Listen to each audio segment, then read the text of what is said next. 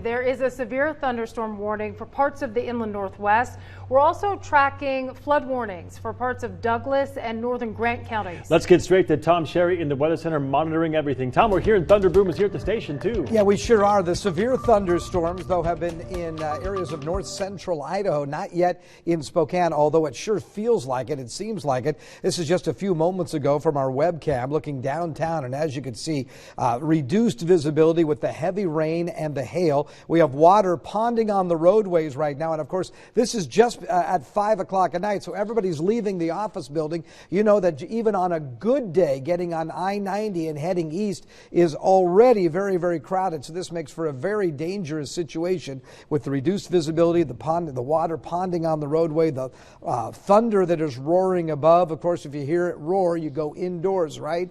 So if you're watching us at the office, it would behoove you to maybe just stay there maybe another extra 15 to 20 minutes before you decide to head home. Here's the line of thunderstorms. You can see them right now moving across the Spokane and Coeur d'Alene area. So that one is centered. The heart of the storm is a little bit to west of Spokane. As you head farther east, it diminishes in strength, but look down towards Valley Ford. Another line of showers and thunderstorms and also moving up towards the Spokane Valley. So again, it's going to be very dangerous over the next half hour or so. We've kind of timed it out with the strongest part of this first system that's kind of in western Spokane County. In another, looks like 9 minutes, it will be in the 7 Mile area. At 5:17, you'll see the worst of the storm in the 9 Mile Falls region. And we also have a flood watch that is in effect right now. That is everywhere you see shaded in green. Everywhere you see shaded in green, that is now because of the rapid rise in the rivers and the creeks. And a flood warning is in effect in Spokane right now that was just issued, as well as out in Adams and Grant County. And that's because of, for us, it's because of the urban flooding. It's just overwhelming our storm drains right now. So that is the big picture. We also want to give you a closer look at the current conditions around the region. KREM 2 meteorologist Thomas Patrick is in the mobile storm tracker right now. He's in Airway Heights. And how do things look there, Thomas? Hey there, Jane and Mark. Yeah, we actually turned back around. We're on I-90 where traffic has certainly slowed up. But to kind of piggyback off of what Tom said with the flood warning in Spokane, we certainly noticed it. The rain was extremely heavy, and we actually saw some hail on the side of the road, especially on Highway 195. Just had a flash of lightning just about a second or two ago. Yeah, you can see we're moving pretty slowly on I-90 here, but the clouds are very dark. But really, the storm came in from the south, so it hit the South Hill first. It's already passing through downtown Spokane, so it's already cleared pretty much the southern half of Spokane at the moment. But may I turn your attention really to the right side of your screen? You might notice just a little bit of trickling of some water down this hill, and I can just give you a little bit of perspective and experience here. When we were heading towards Airway Heights, we took the exit off of 195 and merged onto the interstate, and that dips down, and that dip was full of water, and our mobile storm tracker just kind of rushed all that water to each side, and it was easily up to the window height here. So please be careful. That's why the flood warning has been prompted for the Spokane area, especially in those low-lying areas that are now puddling up all that runoff water that we just saw recently. Reporting live from the mobile storm tracker, I'm meteorologist Thomas Patrick. Back to you in the studio. Thomas, thank you very much. Also, take a look at this shot from Spokane from just about a half an hour ago. Wow, look at that picture. So this is on the South Hill. Wow, we're tracking similar weather patterns in other areas as well. KREM 2's Amanda Rowley live in downtown Spokane right now with a look at conditions there. Amanda? Yeah, Mark and James, the condition here has changed minute by minute. Just before 5 o'clock, it was clear. We had some clouds here, but then take a look. Just a few minutes ago, literally 2 minutes ago, I couldn't see the crosswalk here below me. Cars are still splashing water all over. If you take a look onto Monroe, that's kind of what we were seeing a little bit earlier. Again, a lot more water, but it seems to be going through the drains pretty quickly. If you can't see the road, the safe thing to do is go around and don't go through. Give you another look here at Monroe Street Bridge. Again, the water seems to be receding pretty quickly. We couldn't see the road. The entrance onto Monroe Street Bridge was pretty heavily flooded, but it looks like folks are making it through okay. Again, it's changed quite a bit. We've been downtown most of the day today, and we've seen kind of quick sweeping of rain throughout the afternoon, but this is the most water we've seen all day on the roadway. We'll keep an eye on conditions here, and we'll give you updates on Facebook and on Twitter. And Thomas, how are things looking out there right now? Hey there, Mark. Yeah, we've made our way towards downtown near the STA Plaza and whatnot. So this in front of us, I believe, is Sprague, actually it's Riverside. And notice right in front of the car on the right side of the screen, there is quite a bit of water that has ponded up, mostly in that bus lane or the parking lane overall. But for some of the streets nearby where there is no parking lane and there's just traffic, we've been seeing a lot of cars driving through that pretty quickly and spraying a lot of water off to the side. There have also been some locations, even on I-90, water was rushing over the road near the Maple Street exit. So it's not just confined to the downtown area. We have a lot of standing water that's just all over the place, including that right there on I-90. So you have to drive very slowly, because if you're hitting that water at a high rate of speed in your car, you're going to lose control. So please take it easy. And we have noticed some other really bad spots across the area, including right at Maple Street and Walnut, just off the interstate. There has been so much water on the road, it's actually made it impossible to see where the road ends and the sidewalk begins. So you don't want to take any risks either running into the curb, driving through water that might be too deep for your car. Just take it easy. And if all else fails, the old saying is turn around, don't drown. We also want to make sure that you're doing what's best for your car as well. We don't want your car to stall in a location where you would have to be rescued by the fire department or otherwise. So just take it easy with these flood warnings in effect for this evening. Reporting live from the mobile storm tracker, I'm meteorologist Thomas Patrick. Back to you in the studio. Some good advice, Thomas. Thank you. And check out this video. One of our directors, Courtney, shared this with us earlier today of a very flooded Division Street near North River Drive. Lots of water right there. Wow, yeah, for sure. When we first got out here to take a look, the water covered all lanes of North Division. It's gone down a bit here, and what we want to get out there right away is telling folks that they are heading south on North Division to try and move over to the left lanes. That's where it's cleared out the most. And again, drive slow, take it cautiously. If you're seeing this standing water, it is not safe to be driving through it.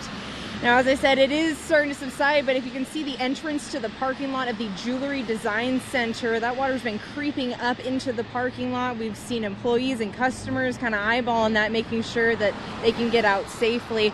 Again, it is starting to come down quite a bit. I'm looking up north. I've been watching traffic come up this way. One person told us they were waiting on Division about 20 minutes, so typical traffic, I'd say. But looking up north, I've seen a couple different lightning strikes here.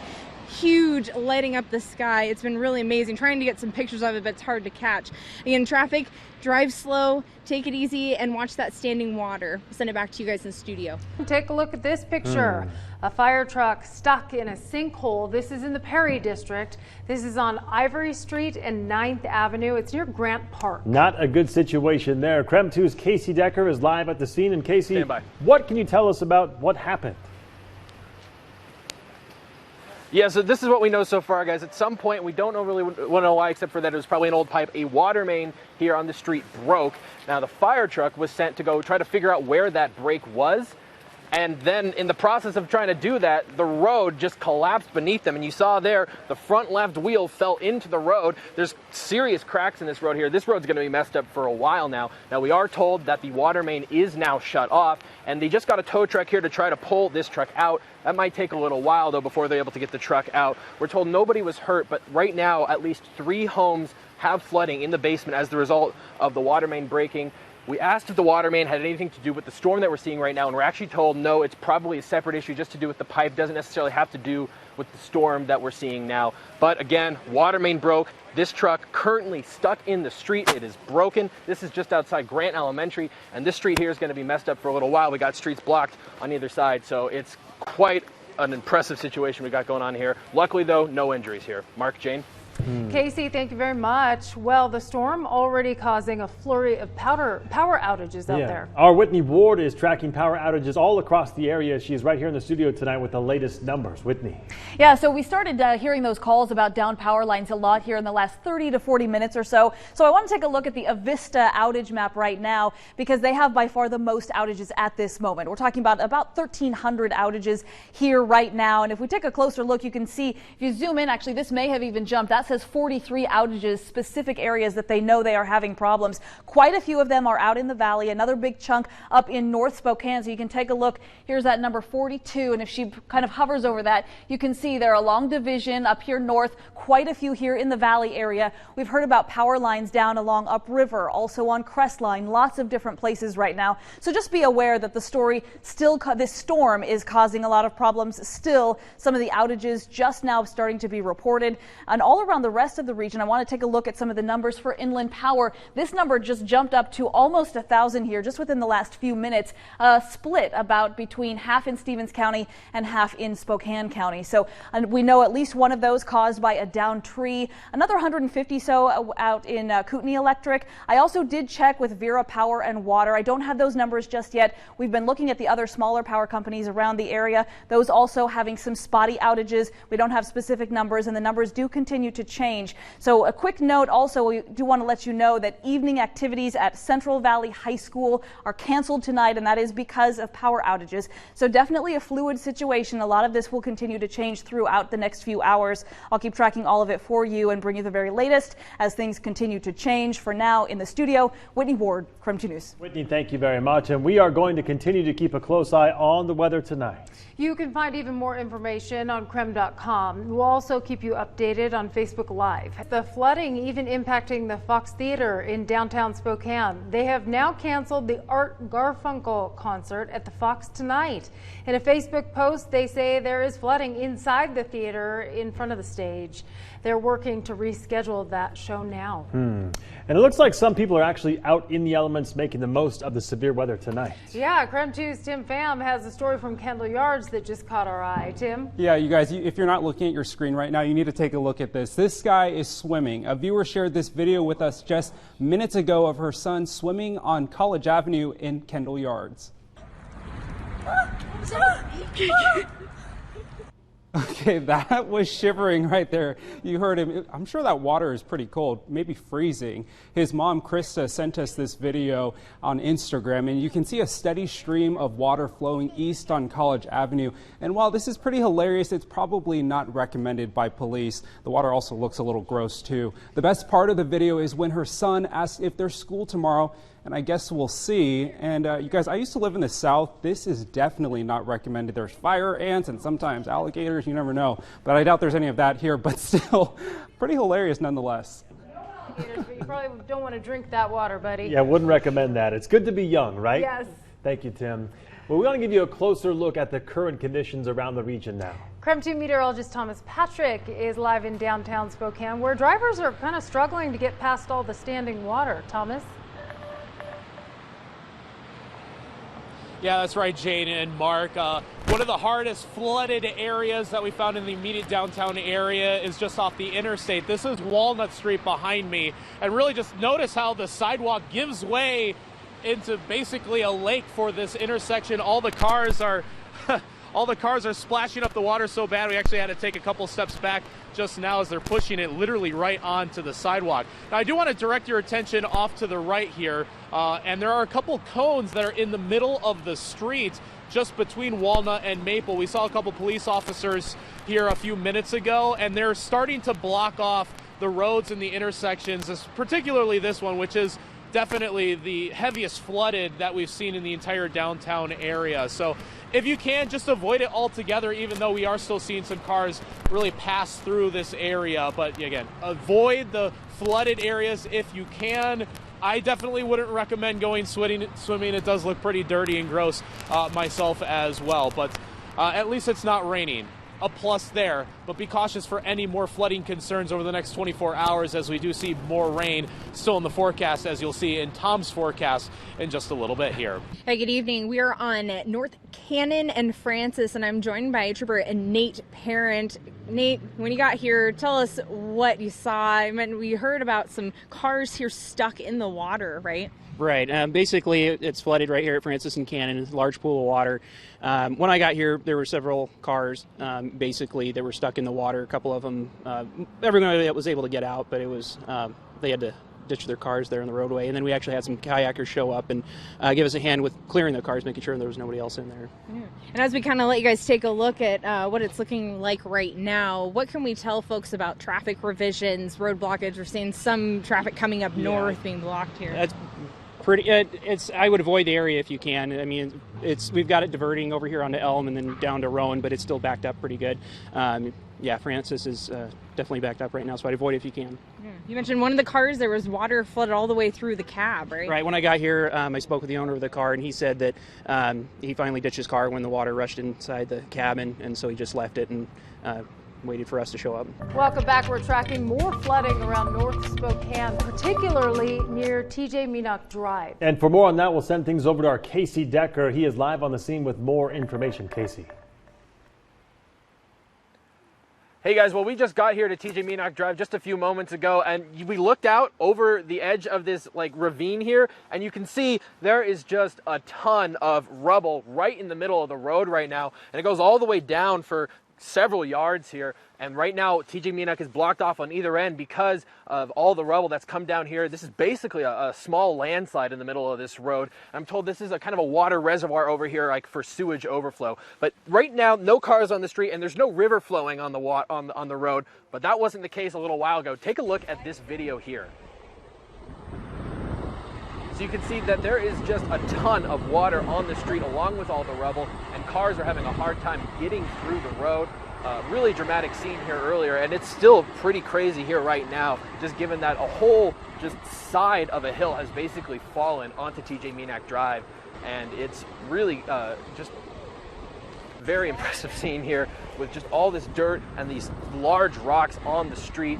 So if you're trying to get in this area, avoid TJ Menock Drive, because you're not going to be able to get on it, and even if you do manage to get on it, you're going to see a lot of dirt, a lot of rocks in the middle of the road. Mark, Jane? We want to thank those of you who've been sharing your photos and videos of the extreme weather with us. Yeah, our Whitney Ward joins us now to look at some of those moments caught on camera tonight. Whitney? Yeah, so we just want to kind of highlight some of those really powerful images that we've seen tonight from the storm that swept through really fast and really furiously. So quite a few videos of rushing water, lots of clogged gutters tonight, backing up all the streets. You can see the water rushing by this car. This was from Tim, who sent us this video, so big thanks to Tim for sending us this. There were lots of scenes like that all around the area. So also big thanks to Mark Hanrahan for sharing this video. This was hail up here on the South Hill. The interesting thing was it didn't hail everywhere, so not everyone saw hail like this. Those who did, though, definitely got a short but strong dose of that hail this evening. Lots of people saw scenes like this tonight. This was flooding actually on Division. We definitely don't see scenes like that very often. This was from one of our directors, Courtney Larson. She was driving down Division, saw a ton of standing water tonight. So did a lot of people in downtown Spokane. Water in some of those places is going to take a while to continue to recede. Also high winds, lots of thunder and lightning all across the region tonight. And of course, standing water just about everywhere. Traffic was backed up at pretty much the worst possible time, right? It was right around 5 o'clock. It definitely took my husband 90 minutes to get from Argonne to North Spokane. So that's normally about a 30-minute trip. Not tonight, though. A lot of traffic frustrations for people out there. That is easing up, though, right about now. We also know at least 5,000 people lost power tonight. Some are still without at this hour. Crews, though, of course, working hard to get all of that restored.